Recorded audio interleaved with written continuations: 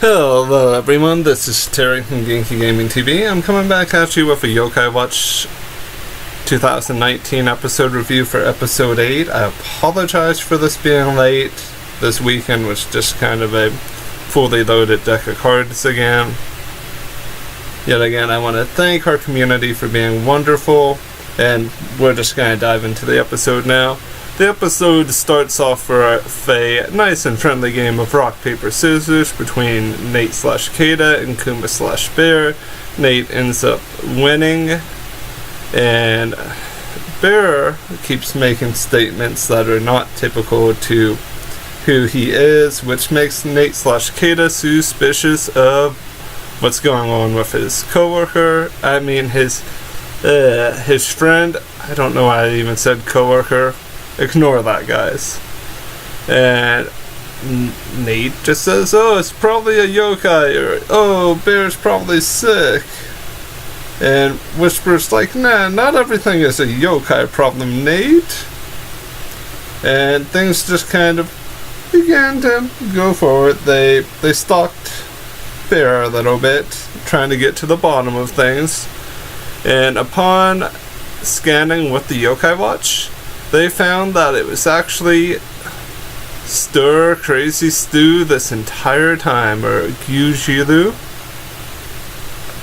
And Nate wanted to get to the bottom of this as quickly as possible, so he summons his ace yokai fighter, Jibanyan, who is quickly fed some stew and who drops to the floor and becomes a subordinate of Stir Crazy Stew. Because, like being fed, a fed cat is a happy cat, and apparently they're loyal to who feeds them.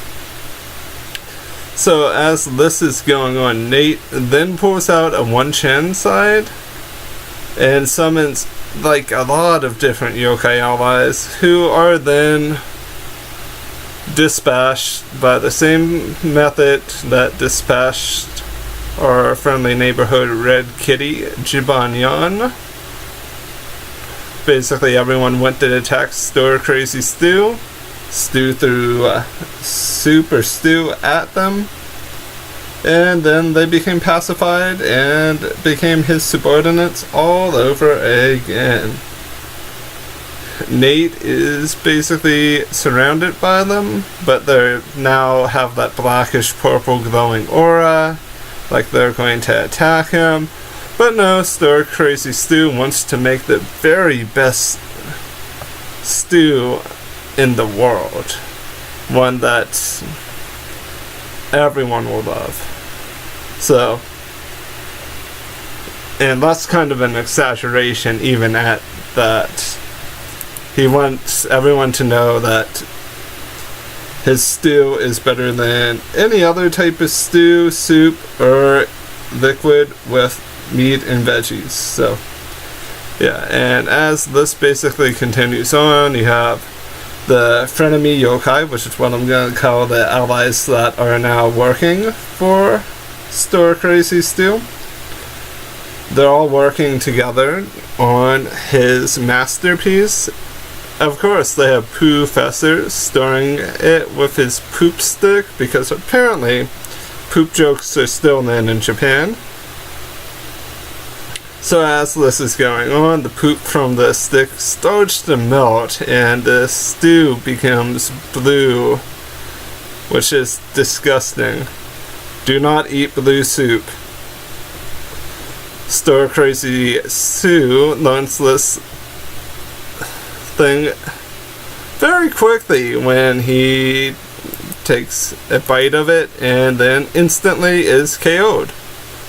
Like KO'd before the word KO can even be uttered. He was knocked out completely.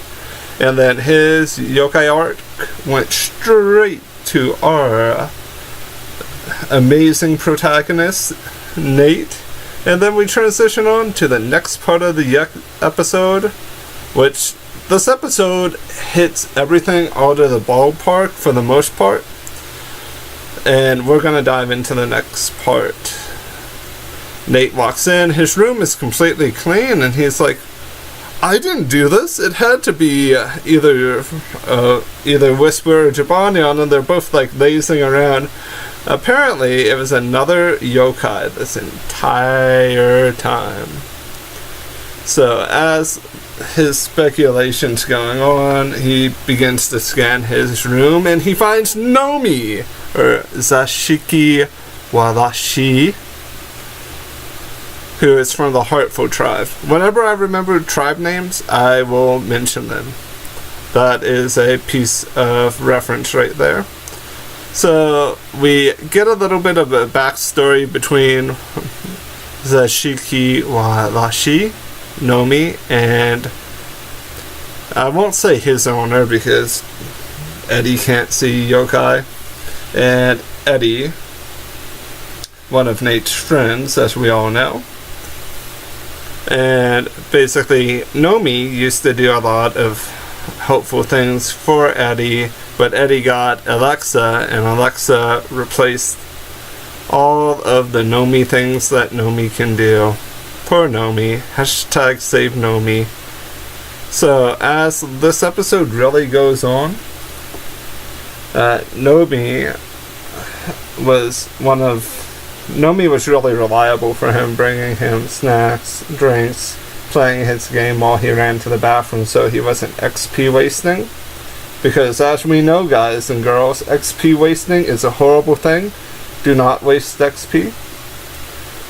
So as this basically carries on a bit further here, we get a lot of backgroundy stuff. Basically, that Gnomey feels sad because Gnomey was replaced, because do not put Gnomey in a corner, and please don't replace this adorable, helpful yokai. And a couple things went on here. They were trying to figure out a way of helping our friend Gnomey. They're like, what can we do to help Gnomey get his Gnomey groove back? And that's where they thought, hey, let's use Noko. Noko is our buddy, and Noko can help people have mucho luck. So, yeah. So, hashtag Noko Gomi, or Nomi. So as this is going on, Gnomey beats a couple of levels, or levels up stuff for Nate. We get a thunderstorm out of nowhere. I know that when I was originally watching this, was really surprised. It's like, there's like nothing going on outside in their world, and then a massive thunderstorm. I was questioning it, as I know many of you are. Like, it came out of nowhere, just like a Randy Orton RKO. I do digress. We're getting back on topic here. So they go see Eddie. Gnomey saves Eddie because, of course, Eddie's Alexa, which I'm not calling it its real name because Alexa is way more relatable for people who are watching the video. I believe it was Felix or something like that.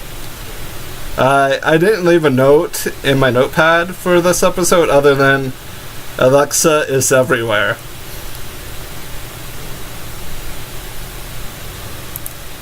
So yeah, as this continues on, he is useful. He gets a flashlight, a little radio, and Eddie is saved, and we transition onto the 4 coma section. And Koma-san is dancing, trying to go inside of a convenience store, but is unable to open the door because Koma-san is dense. As this basically goes on, Komajiro just walks up, stands directly on the pad in front of it, the door opens, Koma-san says, "But I'm enjoying dancing," or something to that degree, basically inferring that he's having a good time. Then we transition to the Yokai World's top idol. We continue that story of Draghi being the top idol, and Jibanyan happened to compete with Tom Nyan. because Tamnyan has all of the stars. So it is basically said that he needs a diamond in the rough. So that's what they go to do. They find several disappointments, and then they find Diamondyan. Well, they find a Fruitinyan, but they decide that the Fruitinyan, I believe it was Kiwinyan?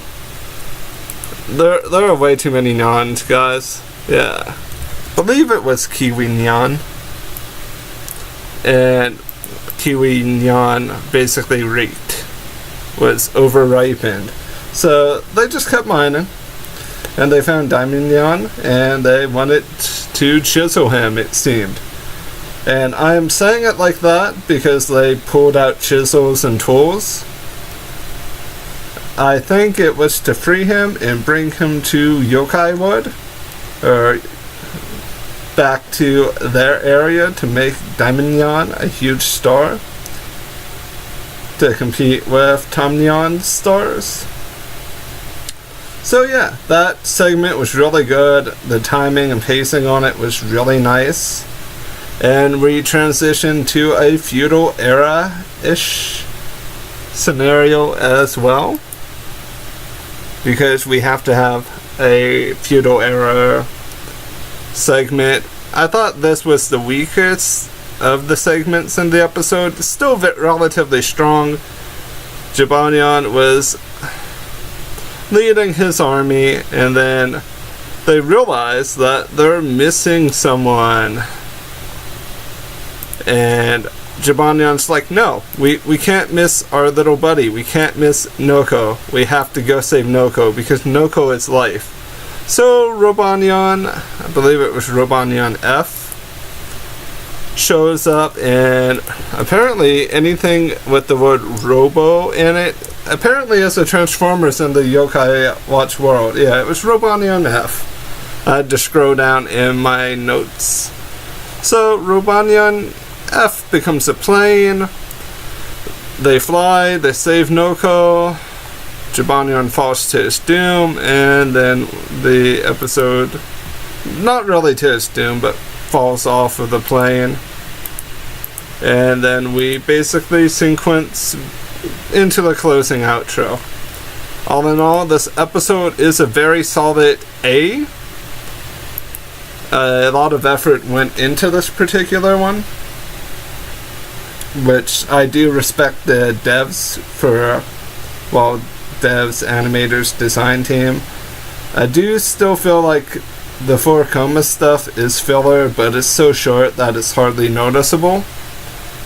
I feel like I would want to see more of the Yokai Idol stuff if the segments felt a little bit more concrete. They feel good to watch because of the pacing of them, but we're not going to see a superstar idol showdown like what I have in my mind, where you see like a head-to-head contest between Jibanyan's production and Tamnyan's, where they just go neck and neck in a huge competition, because I don't think they have anything like that planned. But if they did, that is how they could definitely build upon the ideas that they have in place. So yeah, that is my opinion. I do also want to leave on one note here. I want to ask you guys, do you want me to play Yokai Watch 4 on the channel, even though my Japanese is relatively on the lower end or elementary end? I mean, I'm not fluent in Japanese. I am not going to claim I know a lot, but I know some to the point that I would be comfortable attempting to do it. But I want your input. And right now, to be honest, I don't have a lot of money, so I wouldn't be able to buy the game straight up. I am just referring to the future. If you guys would like to see that sometime, I won't even say in the near future, because near future isn't incredibly possible right now. But within a particular time span, if it is something you would like to see, please let me know, because I'm here to basically rep and rally the Yokai Watch fandom, because we need a little bit of a fandom rally and boost since OGs came back, and OGs pacing is a bit different. We're not all used to it as of yet. I'm looking forward to seeing what they'll do with OG, but I'm not going to say I'm holding my breath. I'm going to say I'm looking at it from the fence. This episode was a good thing for fans in general. I feel like this one shows that Animation Studio is attempting to care, which gives me a hope that they'll follow suit and do things correctly. But that's been it for this particular episode review. Like always, I hope you guys have a great rest of your morning, afternoon, and or evening, and I hope your next day and next week is full of blessings and positivity. I'm out of here. Bye bye for now, guys.